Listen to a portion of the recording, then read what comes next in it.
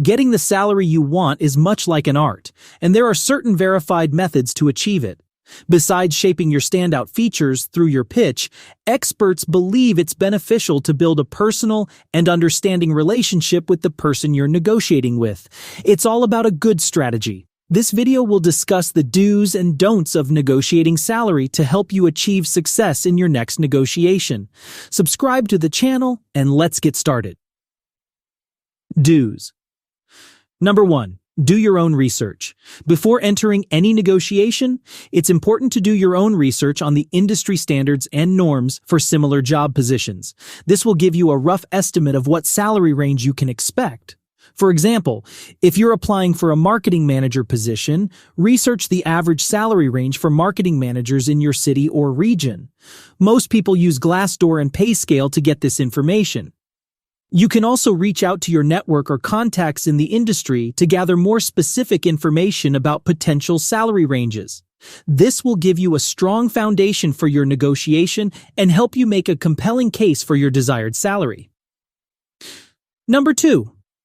Be flexible. Always have the larger perspective in consideration. Remember, there's a lot more to bargain on than just the paycheck. Don't zero in on one aspect. Stay adaptable and keep your eye on the grand scheme of things.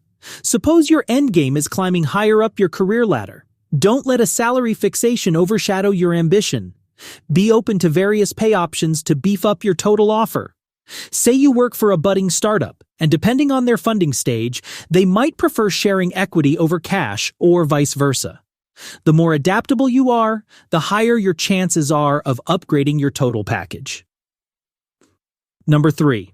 Express your value. When negotiating your salary, it's important to confidently express the value you bring to the table. Highlight the relevant skills, experience, and achievements that make you a valuable asset to the company. Use specific examples or data to showcase how your contributions have positively impacted previous organizations or projects. This will not only help justify your desired salary, but also demonstrate your professionalism and confidence. Remember, you are negotiating for fair compensation for the value you bring to the company, so don't be afraid to express it. Number 4. Practice active listening. Active listening is a crucial skill in any negotiation. It involves paying attention and truly understanding the other party's needs, concerns, and interests. Practice active listening by asking questions, paraphrasing their statements, and acknowledging their points. Get to know their perspective and use that information to find common ground for a win-win situation. By actively listening, you are showing respect and building trust with the other party, making it easier to reach a mutually beneficial agreement. Number 5. Know your bottom line. While it's important to be flexible in negotiations, it's equally important to know your bottom line. This is the minimum salary or package that you are willing to accept. For example, it could be a certain salary amount or specific benefits such as healthcare coverage or vacation time. Knowing your bottom line will prevent you from accepting an offer that does not meet your needs and values. It also shows the other party that you are serious about your desired compensation and are not willing to settle for less. Number 6. Do follow up. Following up after negotiation is important even if you have reached an agreement. Send a thank you email or note to the other party for taking the time to discuss and negotiate with you. If the negotiation did not result in your desired salary, politely ask for feedback and see if there are any opportunities for future discussions. Keeping a positive relationship with the other party can lead to potential opportunities down the line. Take the example of an employee who has been with the company for a year and has not received a salary increase. By following up after the negotiation, they may be able to revisit the conversation and potentially receive a raise. Don'ts. Number 1. Don't lie. Some job hunters inflate their current salary hoping it'll help land a better deal from a new company. However, this can boomerang as many employers check pay histories. They may request a recent pay slip or W-2 or even reach out to your former employer, What's more, this often happens after you've said yes to a job offer. That means you're at risk of losing the job over this dishonesty, especially after you've quit your old job. So avoid the temptation and always be truthful about your current salary. Number 2, don't be too aggressive. While it's important to confidently express your value and negotiate for fair compensation, being overly aggressive can backfire. It may come across as confrontational or disrespectful, causing the other party to become defensive and less willing to work with you. Instead, maintain a professional and respectful tone throughout the negotiation process. This will help keep the conversation productive and increase your chances of reaching a successful agreement. Number 3. Don't accept the first offer. Many job seekers make the mistake of accepting the first offer that is presented to them. However, this can often lead to leaving money on the table. Always take some time to consider an offer and negotiate for a better one if you believe it is not fair or does not meet your needs. Use the research and preparation you have done to make a compelling case for your desired compensation. Number 4. Don't rush in your conversation. When you get a job offer, it's a smart move to repeat it back, sit tight, and count to 10 in your head.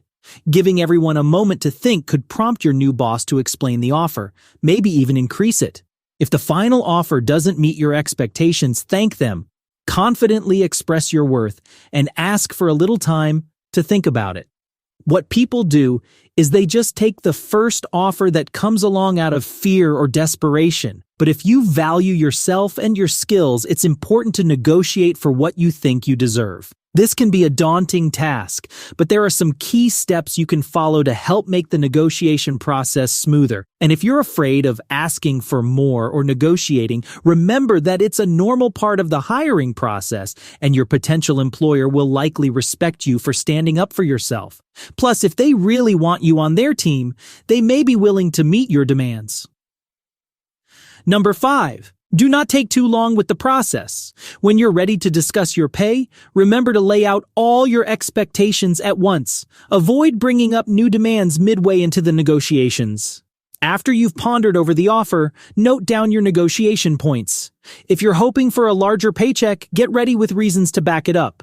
If extra holidays are what you want, highlight them simultaneously. Avoid turning the wage talks into a drawn-out affair by revealing your demands one by one. Above all, never enter a negotiation for a position you aren't genuinely eager to take up. Number 6. Don't be stubborn.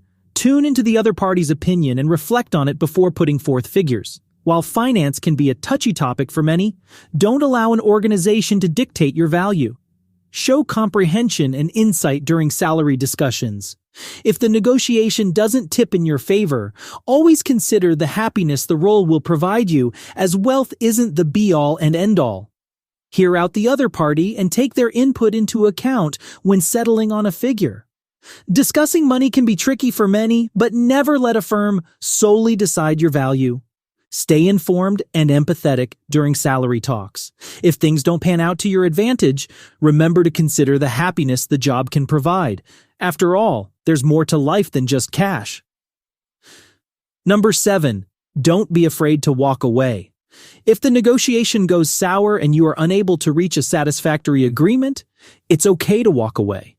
Don't feel pressured to accept an offer that doesn't meet your needs or values.